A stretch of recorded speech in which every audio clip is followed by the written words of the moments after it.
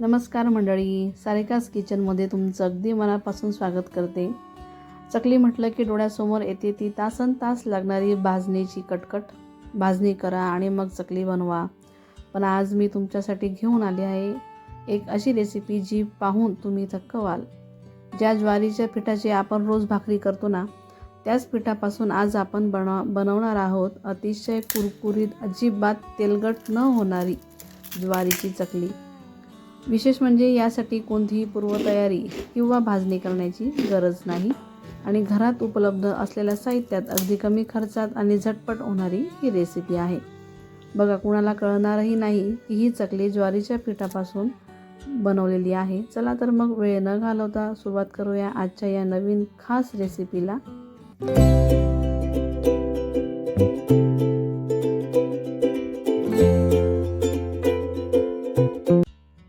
तर इथं घेतलेलं आहे ज्वारीचं पीठ। तर ज्वारीचं पीठ गिरणीवरून दळून आणताना अगदी बारीक दळून आणायचं आहे। रेडीमेड घेणार तरी काही हरकत नाही। तर हे पीठ आता अगोदर आपल्याला गाळून घ्यायचं आहे। तर मी इथे गाळणे घेतलेले आहे आणि जे मेजरमेंटचे कप असतात त्याने मी मोजून घेणार आहे। तुमच्याकडे जर मेजरमेंट कप नसतील तर वाटीने मोजून घेतलं तरी चालेल। जे मी प्रमाण ह्या कपाने मोजून घेणार आहे तसंच वाटीने मोजून घ्यायचं आहे। तर ही सगळी लिस्ट मी व्हिडिओच्या शेवटी देणार आहे। तर मी इथे 2 कप ज्वारीचं पीठ घेणार आहे। तर अगदी दाबून पीठ नाही घ्यायचं, हलकं फक्त वर चमच्याने व्यवस्थित पसरवून घ्यायचं आहे। तर अशा पद्धतीने हे 2 कप ज्वारीचं पीठ घ्यायचं आहे। तर हे पीठ मी आता गाळून घेणार आहे। बघा, गाळल्याने त्यातला कोंडा आणि काही असेल तर तेही निघून जातं। चला, त्यानंतर लागणार आहे तांदळाचं पीठ। तर तांदळाचं पीठ इथे 1 कप लागणार आहे, गाळून घ्यायचं आहे। तर बघा, 1 कप घेऊन झालंय, त्याला गाळून घेते। आता तांदळाचं पीठ पण गाळून झालेलं आहे। त्यानंतर लागणार आहे अर्धा कप बेसन। तर बघा, त्यातही असे खळे असतात म्हणून अर्धा कप बेसन लागणार आहे, तेही गाळून घ्यायचं आहे। गाळून घेतल्याने पीठ छान असं एकजीव होतं, छान मिक्स होतं। तर आता हे मिक्स करून घ्यायचं आहे। तर तिघही पीठ आपल्याला गाळून घ्यायचे आणि असे मिक्स करून घ्यायचे आहे। तर हे पीठ 3.5 कप आलेलं आहे। तर मी इथे आता 1.5 कप पाणी टाकून घेणार आहे। तर मी इथे गरम पाणीच टाकून घेते। पण 1.5 कप त्या पाणी वापरलेलं आहे, अजून अर्धा कप पाणी लागणार आहे। तर 1.5 कप पाणी अपूर्ण झालेलं आहे।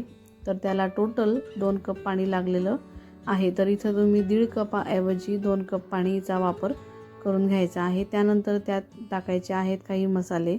तर लाल मिरची पावडर, हळद, धना पावडर, हिंग, ओवा, त्यानंतर तीळ। तर हे मसाले टाकून घ्यायचे आहेत। तर मी पांढऱ्या तिळच्या ऐवजी काळ्या तिळचा वापर केलेला आहे। त्यानंतर चवीनुसार मीठ टाकून घ्यायचं आहे आणि त्याला छान अशी उकळ येऊ द्यायची आहे। आता पाणी छान उकळलं की त्यात टाकून घ्यायचं आहे ज्वारीचं पीठ, तांदळाचं पीठ आणि बेसन जे आपण मिक्स करून ठेवलेलं होतं ते। तर ते आपल्याला इथे टाकून घ्यायचं आहे। बघा, तुम्ही लक्षात ठेवा, ज्या वेळेला तुम्ही पाणी टाकणार त्यावेळेला तुम्ही 1.5 कपाऐवजी 2 कप पाणीचा वापर करायचा आहे।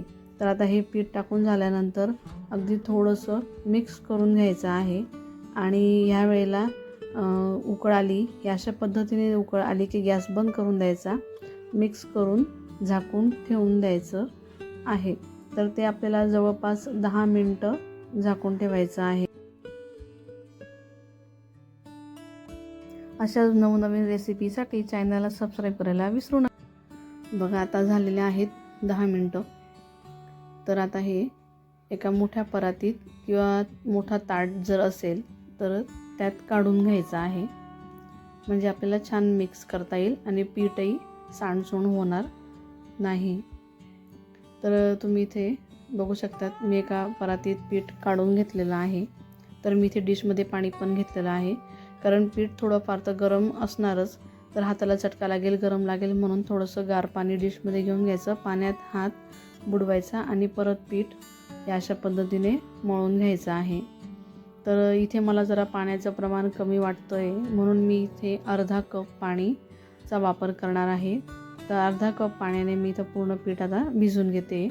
मी सुरुवातीलाच तुम्हाला सांगितलेलं, जिथे मी 1.5 कप पाण्याचा वापर केलेला आहे त्या ठिकाणी तुम्ही 2 कपाचा पाणीचा वापर करायचा, म्हणजे नंतर हे अर्धा कप वापरायची गरज पडणार नाही.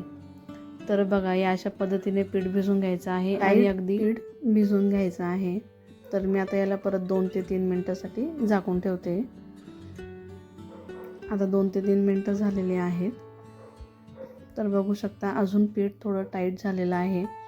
तर बघा, कुरकुरीत चकली छान तयार होते. त्याचबरोबर काटेदार चकली कशी तयार करायची हे मी तुम्हाला सांगते. पीठ टाईट भिजल्याने चकली कुरकुरीत तयार होते. कारण पीठ कडक असल्यामुळे ते आपण ज्या वेळेला चकली पाडतो त्यावेळेला खूप प्रेशर देऊन चकली पडते, त्यामुळे त्याला छान काटे तयार होतात, काटेदार चकली पडते. तर तुम्ही बघू शकता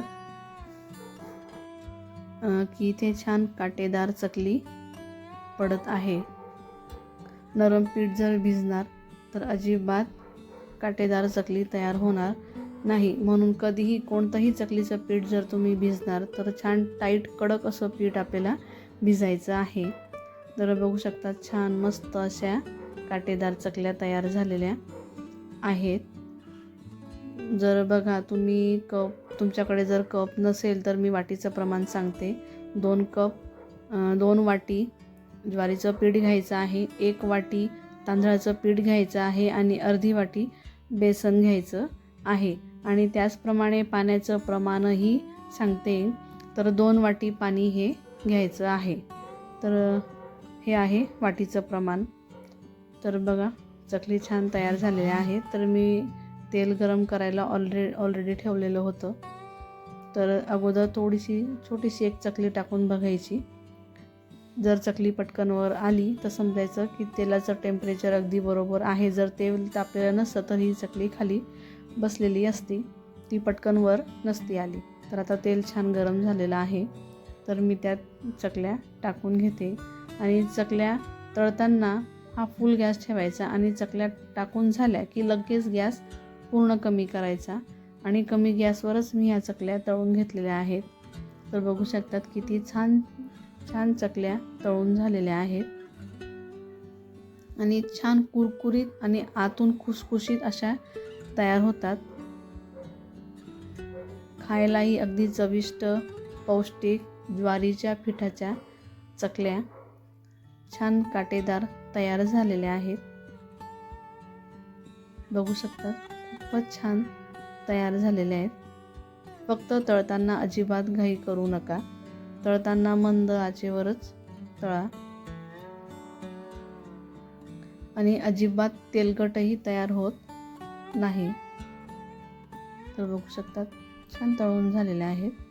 तर बाकीच्याही राहिलेल्या सर्व चकल्या मी आता तळून घेते. तर पुन्हा मी परत पिठाचा गोळा घेऊन त्याला छान मळून घेतलेला आहे आणि ते मी परत त्यात भरून घेईल आणि पुन्हा चकल्या तयार करून घेईल. पीठ झाकून ठेवायचं, कारण त्याने काय होतं, पिठाला वर पापडी येत नाही, लेयर येत नाही, त्यामुळे झाकून ठेवायचं.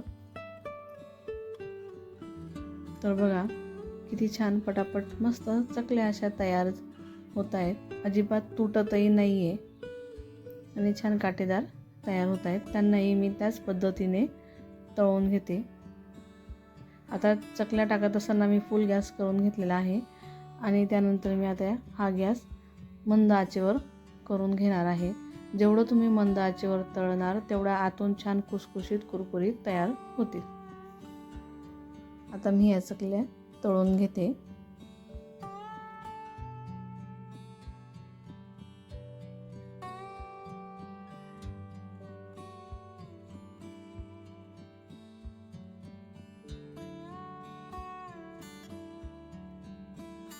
तर बघ, चकल्या तळून झालेल्या आहेत.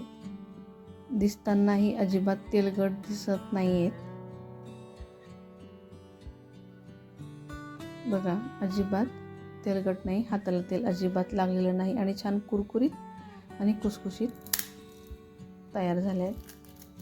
तर ही कशी वाटली तुम्हाला ही झटपट ज्वारीची चकली. तुम्ही पाहिलंच ही चकली दिसायला जेवढी सुंदर आहे तेवढी ती चवीला अप्रतिम आणि कुरकुरीत झालेली आहे.